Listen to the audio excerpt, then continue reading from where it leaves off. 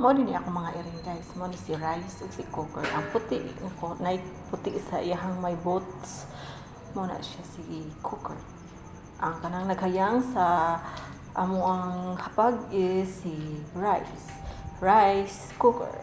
Ug pakitaan ta mo guys kung saan nagpa ang mga iring, magsagpaay na sila, magsambut nutay na maginakpa na sa ilahang utot.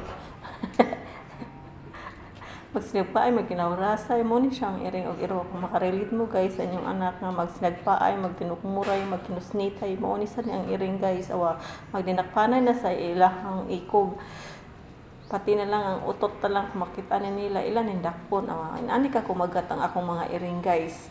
Mao nga gitrain gini sila nako aron ang mga up-up, mga ilaga, mga tabili, unsa na dinha, lizard sa inyong bungbong, ila gining kukuron guys. Wow, limpyo kay nga mo ang nataran, wala gyud mga insect nga nagkamang-kamang.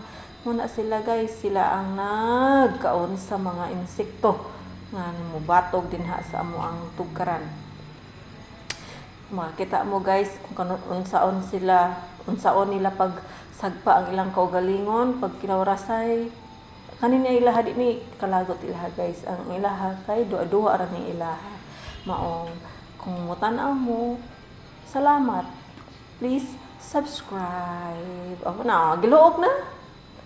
Kalahi ni sila Gristler niya kung mga iring. Mo ginilahang kabuang buntag, gabi, kadlawon. Hantod ni kabunta guys, idig pamahaw na mo kay ang mata niya kay magtungok na, mura nagduka, nag-night shift. Okay, mo na lang trabaho yun. Bisag asa na sila. O, lokay ka na sila. Oh, mutungot. Itong niyang ang tiyan sa igso. Maluya. Oo. Nawara gini mga iringa. Ikaw. Hindi kayo na yung makasabot na yun. Loko.